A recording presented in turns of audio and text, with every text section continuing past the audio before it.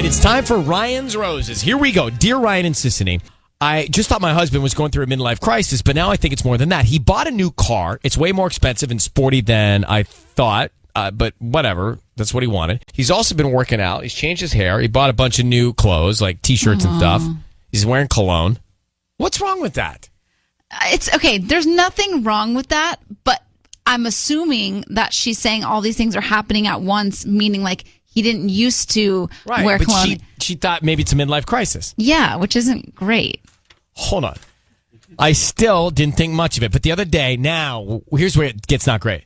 The other day I noticed his entire web history had been cleared, and he changed his phone password. Something's not right. Yeah, that's sketchy. That part's sketch, right? Okay, let's get Kate on the phone.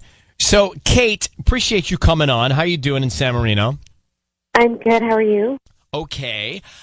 Now, I'm okay. I mean, the car, that's up to him and you, but I'm okay with him wanting to change his hair, go to the gym, put cologne on. Like, I'm okay with it because maybe he just needs to feel better about himself, and that happens to all of us, right? But, so I'm okay with that. What I'm curious about, just like you, are changing the password, clearing the history.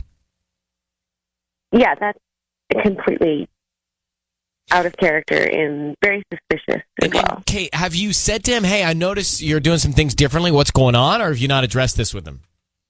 I mean, no, I just kind of like brushed it off like he's going through like a midlife crisis kind of thing. But now, just like he changed the password and cleared the history, I'm very suspicious, and I have not actually approached him about the situation. How long have you been married?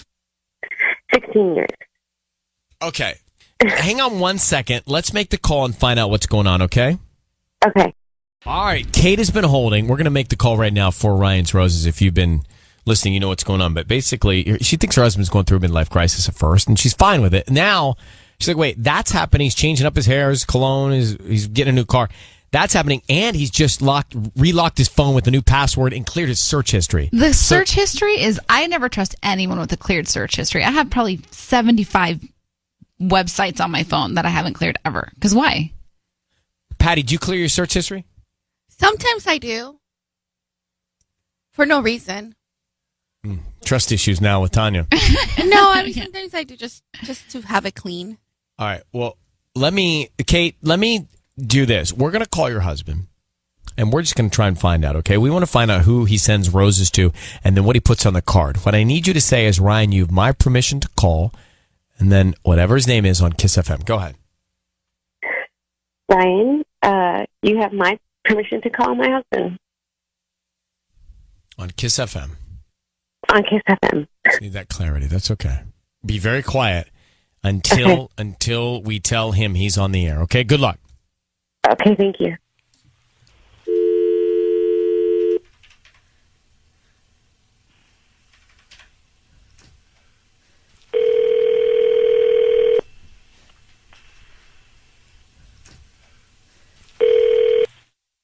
Hi, this is David. Hi, my name is Maria. I'm calling from Essence Flowers here in San Marino next to the Carlos Cruz law offices. How are you? Oh, I'm good. I'm also busy. No, thank you. No, well, I'm actually calling you. I'll make this really, really quick. I'm calling because you've been chosen to receive a free dozen roses. They're completely free, and you can send them to whoever you want today at no charge to you. All I need is the name of the person you want to send them to, a quick note, and I will make sure they get delivered today by lunchtime.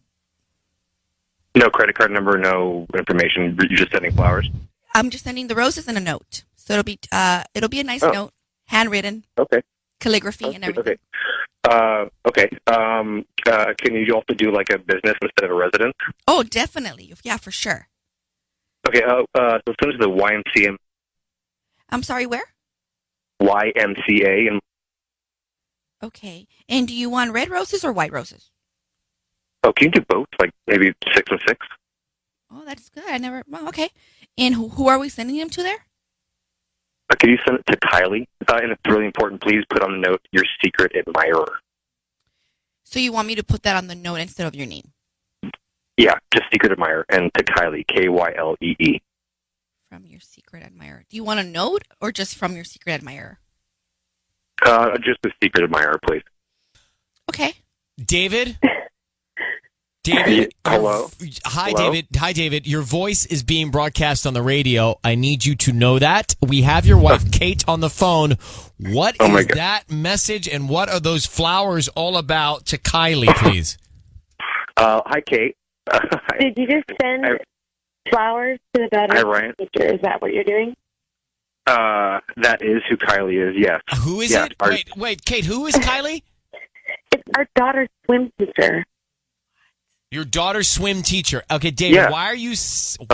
Well, want to explain that? Your secret admirer? What's going on with you? Well, I think, first of all, Kate knows how amazing Kylie is as a swim teacher. And I thought it'd be nice to kind of brighten up her day a little bit. And I just thought that would be nice and anonymous. No, it's not. It's not. You don't send secret admirer roses to another woman when you're married. You don't. Well, look, we all get crushes. We all have, whatever. What? We don't have to. It's not a big deal. No, it's not a big deal. So what? This is flowers. It's not. It's a total big deal. You are married. I am married, and I'm happily married, but it's a crush, and she's a really, like I said, a great swim teacher, and I feel like that's something that make sure Olivia has a good experience in the water. Are you listening to what you're saying?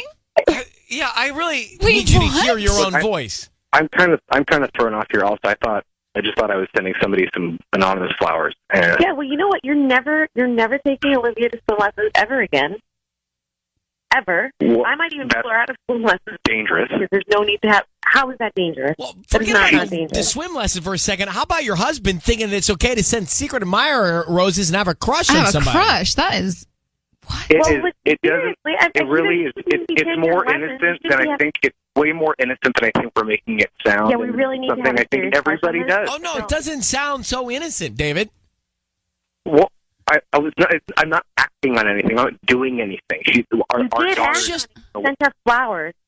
Yeah. And I think that we need to have a serious talk about this. It's not for me. Seriously messed up. They're anonymous. I thought it'd be a nice thing to do. You have a crush on her. She's great with Olivia. Who wouldn't want to get nice flowers like that? Oh, my God. I can't. I think we need to have a serious talk about this. And how many other people do you have crushes on? Other than the swim teacher. I got a question for you, David. Yeah. If Kate were to ask you this, what would you say? And here's the question. Would Kylie know who her secret admirer is? In other words, would she call you to thank you? Oh, good question. I'd be pretty surprised. But is it possible? Well, to be fair here, also, I'll say I'd be surprised if she called me. Well, I think there's no way, David, if you want my honest opinion, thank you for asking, but I think there's no way for you to justify this. I get it, and I also think it's not a big deal. I think everybody has it. Everybody has a crush, and everybody has somebody they want to brighten their day. Oh my God. All right. Kate, this is the man you're married to. These are the things that he seems to think are okay. Wow. There must be a reason why he thinks that's all okay. So we're going to leave this to you guys, okay? Okay. All right. Well, good luck, Kate. Good luck, Kate. Thanks, Brian. Okay. Thank you. Thanks, Ryan. Yeah, well, I'm so confused.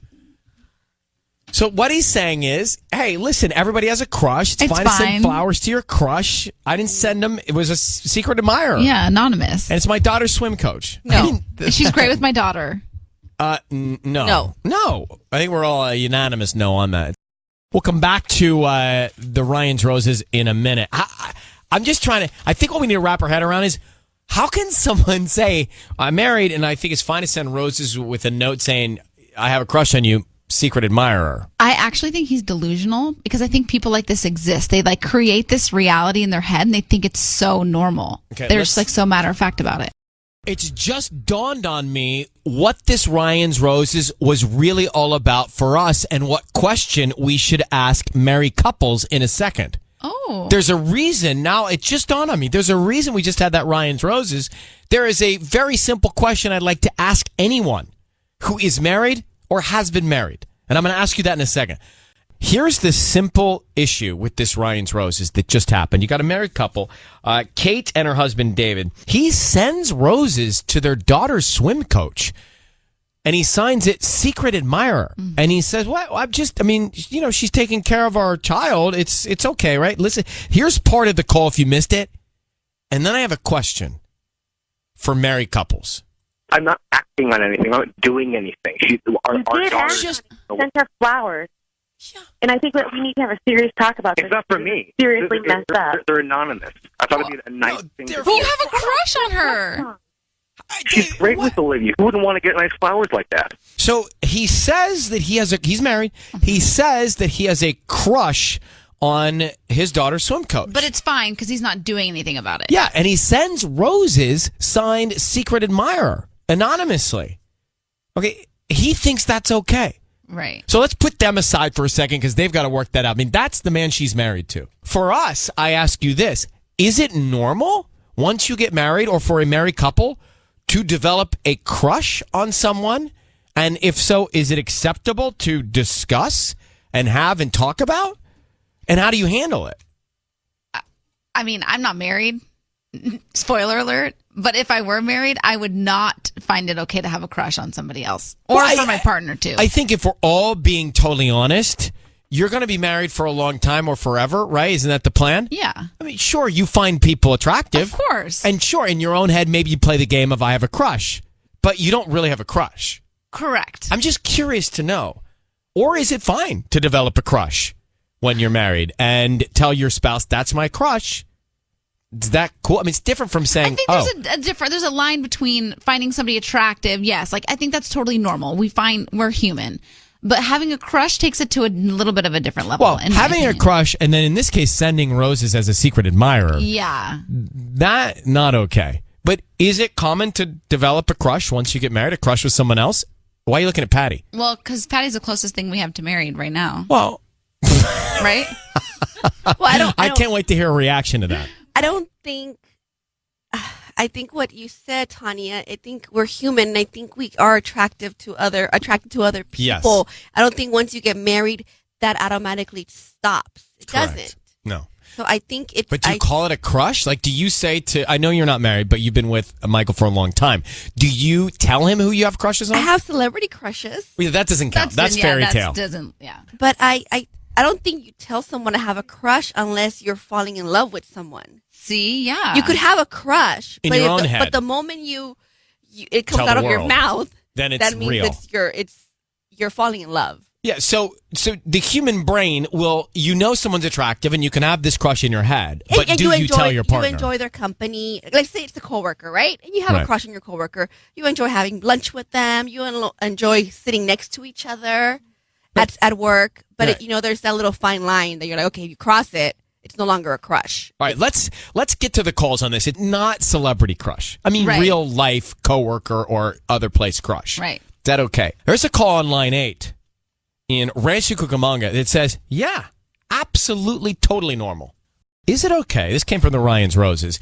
Is it okay for married couples to develop crushes? And if so, do they tell their partners about them or do they just keep them in their head? I mean, it's human nature that you're going to find somebody else attractive, right? Mm-hmm. And it's human nature maybe that you're going to have a crush in your mind. Mm-hmm. But do you tell your partner about it? Sure, if you're in a secure relationship, maybe not. If you're, it can, I don't know, it could go either way. What would you do? If your partner came to you and said, I have a crush on this guy that works at my local coffee shop. If she said it to me? Yeah. How would you feel? I'd start drinking tea. Throw her off? I quit coffee. No, I just quit coffee. She wants to go, no, we're only drinking tea now. Okay. So you wouldn't handle it well? I wouldn't love it. Yeah, okay. It's not my favorite conversation to have. I think that's a normal reaction. Yeah, I would say, hey, why don't we go for tea instead of coffee now? Right. Because your crush is running the coffee shop, right? So that's how I'd handle it. Okay. That's fun. How would you handle it? I wouldn't love it either, but I think I would prefer the communication. I really do. I'd like to not know. Let's start with you, Natalie. Hi. Hi, Natalie and Resita. How are you? I'm great. How are you guys? We're good.